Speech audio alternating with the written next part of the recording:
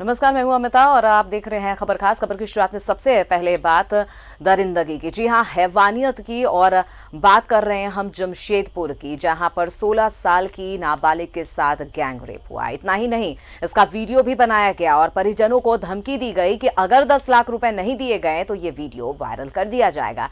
इस मामले में पुलिस ने 2 आरोपियों को गिरफ्तार किया है, जबकि 2 आरोपी अब भी फरार बताए जा रहे हैं। बताया यह भी जा रहा है कि लड़की अपने दोस्त के साथ थीम पार्क गई थी और वहीं कुछ लड़कों ने उसके साथ उसके दोस्त को भगा दिया और उसके बाद उसे अगवा कर लिया और उसके साथ फिर गैंग रेप किया। रात भर लड़की को वहां बंधक बनाए रखा गया और अगले दिन लड़की ने किसी व्यक्ति के मोबाइल लेकर घर पर फोन किया, जिसके बाद उसे घर लाया गया है। उसे मेडिकल जांच कराने के लिए सदर अस्पताल में भर्ती कराया गया है।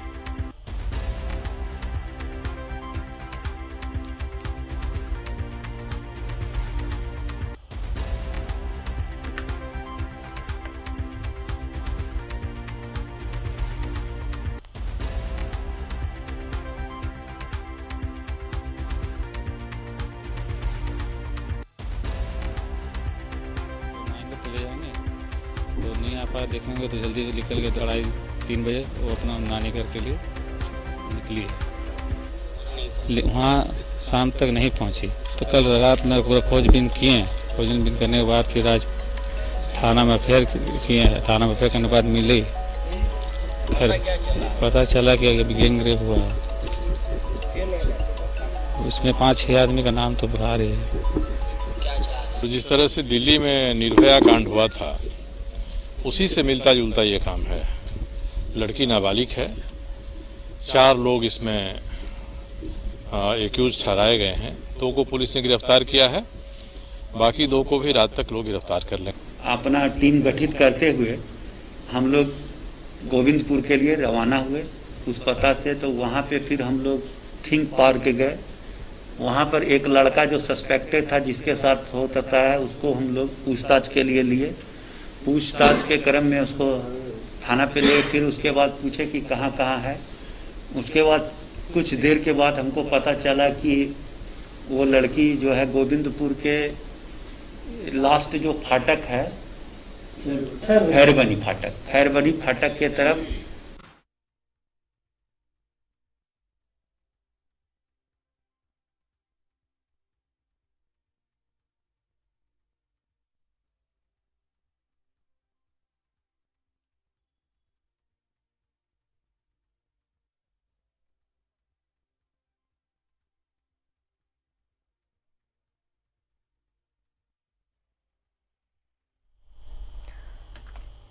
तो जमशेदपुर में दरिंदर ने एक नाबालिग के साथ दुष्कर्म किया और उसके बाद वीडियो बनाकर ये भी वहां पे पैसे की भी मांग की गई।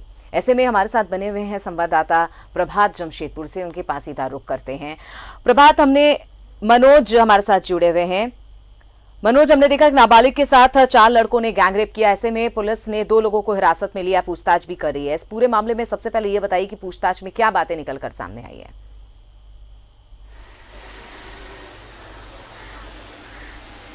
देखिए अमिता, अभी तक जिस तरह से पुलिस बता रही है कि मंगलवार को 2:30 बजे लड़की अपने घर से निकली थी और रास्ते में उसके साथ एक युवक भी था और स्कूटी से वो जमशेदपुर के गदड़ा जा रही थी अपनी नानी के यहाँ। और नानी के यहाँ जाने के दौरान टेलको में एक थीम पार्क है, वहाँ पर कुछ लड़कों ने युवक को रोका और रोककर उसके साथ लड़के जो साथ में लड़का थे उसके साथ मारपीट किया और मारपीट करके उसको भगा दिया। उसके बाद युवती को अपने साथ एक जंगल है वहीं पर, वहाँ ले गया और एक रूम में ले जाकर, वहाँ पर बंद जो रूम है वहाँ पर जाकर उसके साथ बारी बारी दुष्कर्म किया है उसके साथ। तो एक घटना के बाद कह सकते हैं अमिता कि पूरा जमशेदपुर शमशार एक बार फिर हुआ है। और इस मामले में हालांकि पुलिस ने तत्परता दिखाते हुए, जैसे ही मालूम चला कि युवती के साथ इस तरह का हरकत हुआ है, तो पुलिस ने उस मामले में 2 युवक को गिरफ्तार किया है और उससे पूछताछ कर रहा है। साथ ही जो युवक युवती के साथ स्कूटी में ले जा रहा था उसे भी हिरासत में लेकर पूछताछ कर रही है।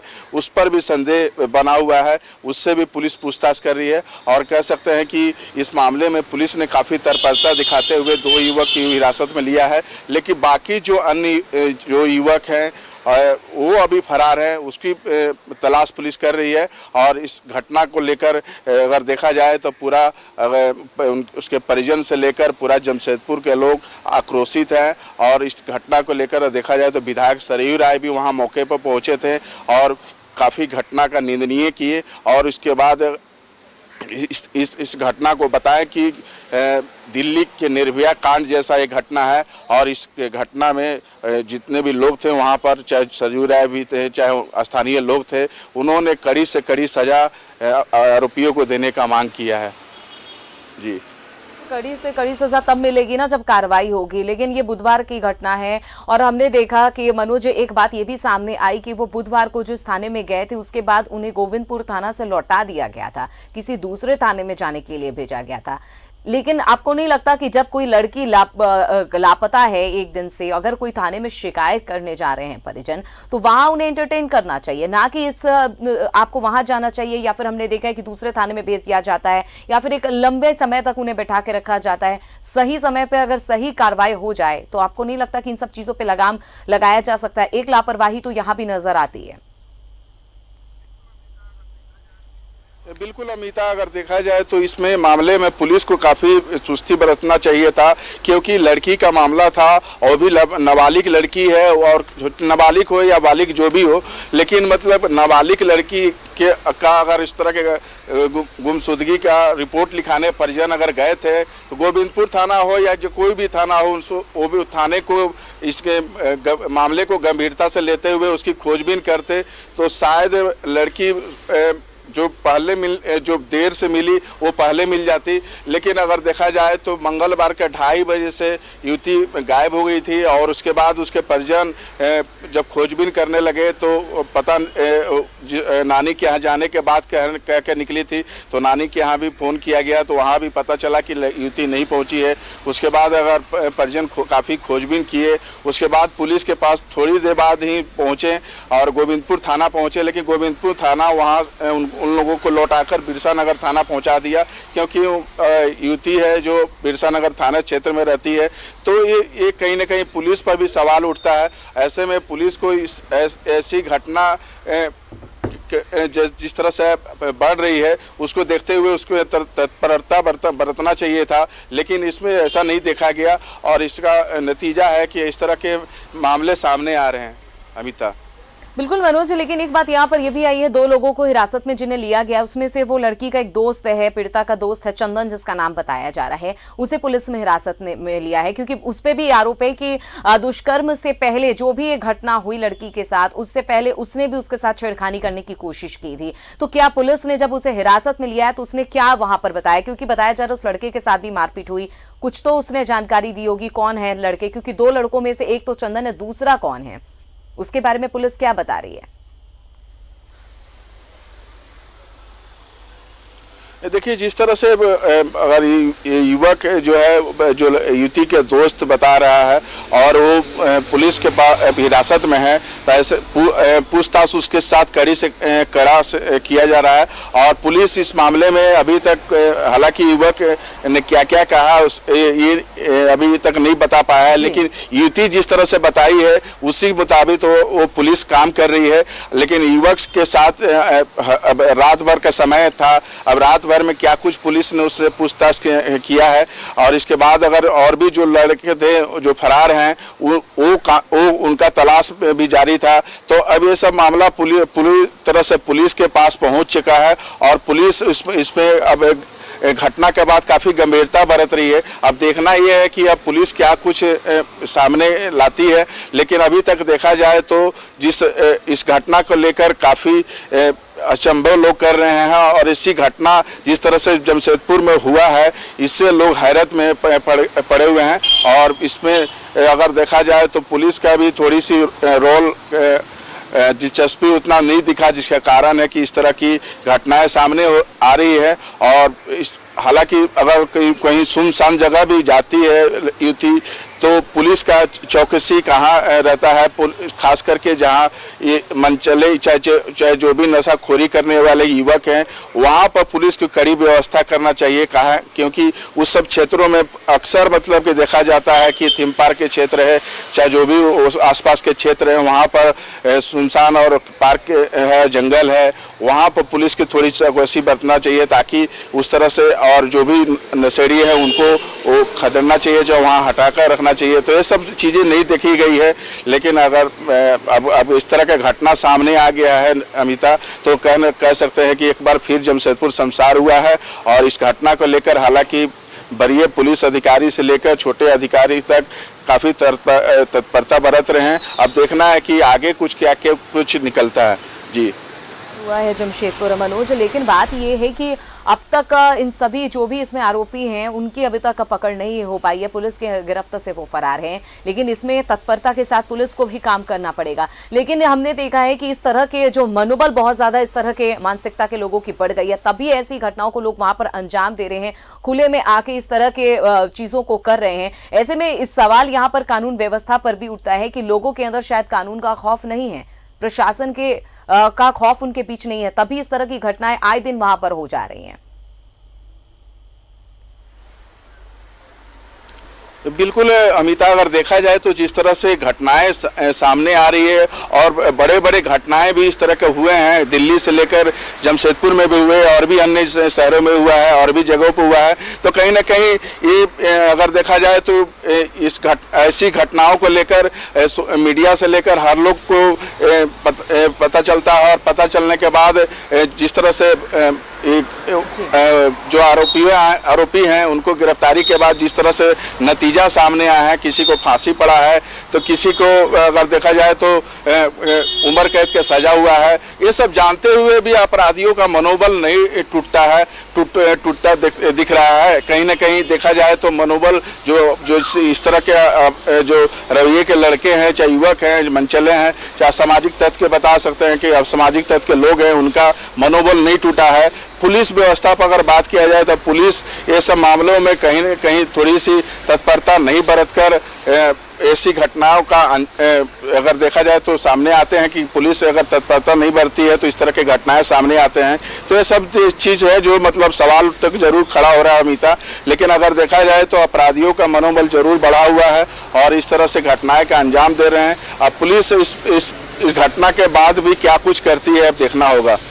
बिल्कुल इंतजार करना होगा कि आखिर पुलिस इस पर क्या कार्रवाई करती है, क्या एक्शन लेती है, क्योंकि जब तक एक्शन लेना चाहिए तब तक जो बाकी आरोपी हैं इसमें फरार चल रहे हैं। लेकिन मनोज, एक बात इसमें यह भी सामने आई है कि लड़की के साथ दुष्कर्म किया गया, नाबालिग के साथ, उसके बाद बार बार परिवार को शायद धमकी भी देने की बात सामने आ रही है, उनसे पैसे की भी मांग की जा रही है। ऐसी भी कोई खबर है क्या? देखिए, ऐसी बात तो पुलिस ने नहीं बताया है। हालांकि उसके पिता से भी हमने बात किया है तो वीडियो अगर बनाने की बात है तो कुछ सामने आ रहे हैं कि दुष्कर्म करने के समय युवकों ने वीडियो बनाया है, लेकिन पैसे की मांग किया गया है, कहाँ तक ये सच्चाई है ये पुलिस अभी तक नहीं बता पाई है। चाहे उसके परिजन भी, उसके पिता से भी हमने रात में बात किया है, लेकिन उन लोग वो भी नहीं बता पाए हैं। अब ये देखना ये है कि इसमें सच्चाई क्या है। पुलिस हालांकि कुछ बातें हैं जो बता नहीं पा रही है और खुलकर नहीं बता रहे। हम लोग काफ़ी देर तक इंतजार भी किए बाइट लेने के लिए।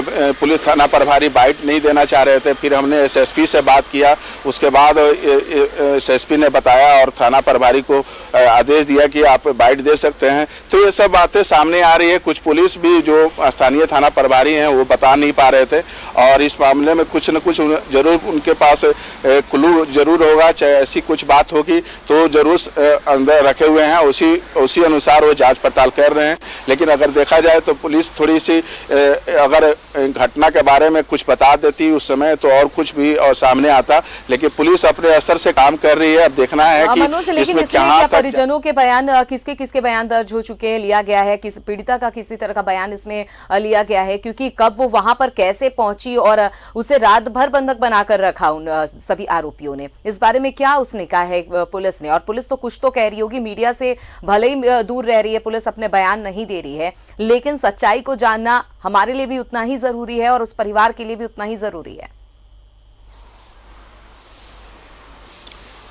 नहीं, जिस तरह से बताया अमिता की युवती जैसे ही बरामद किया गया, जमशेदपुर का एक खैरबैनी गोविंदपुर क्षेत्र में एक फाटक है, रेलवे फाटक है, वहां से बरामद किया गया है। उस समय वो काफ़ी इसकी स्थिति खराब थी और हालांकि किसी तरह से उसने फ़ोन किया अपने माँ को, और जब माँ को जब फ़ोन किया गया तब पुलिस और उसकी माँ वहाँ पहुँचे और पूरी घटना की जानकारी पीड़िता ने अपने माँ को दी और बताई कि उसके साथ इस तरह का हरकत हुए हैं। उसी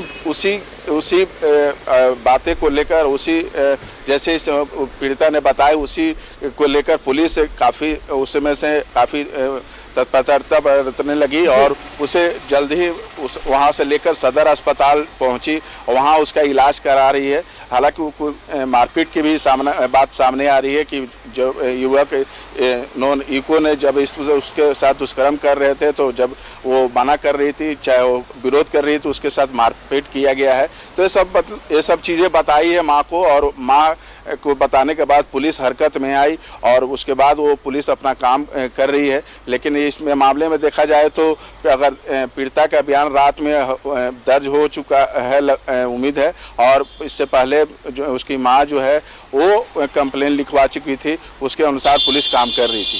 जी, चलिए, नजर बनाए रखिए मनोज, तमाम जानकारी के लिए बहुत बहुत शुक्रिया। तो हालांकि बताइए जा रहा है 2 आरोपियों को पुलिस ने हिरासत में लेकर पूछताछ तो करना शुरू कर दिया है, लेकिन अब भी जो 2 लोग हैं यानी 2 आरोपी हैं इस पूरे मामले में, वो पुलिस की गिरफ्त से फरार हैं।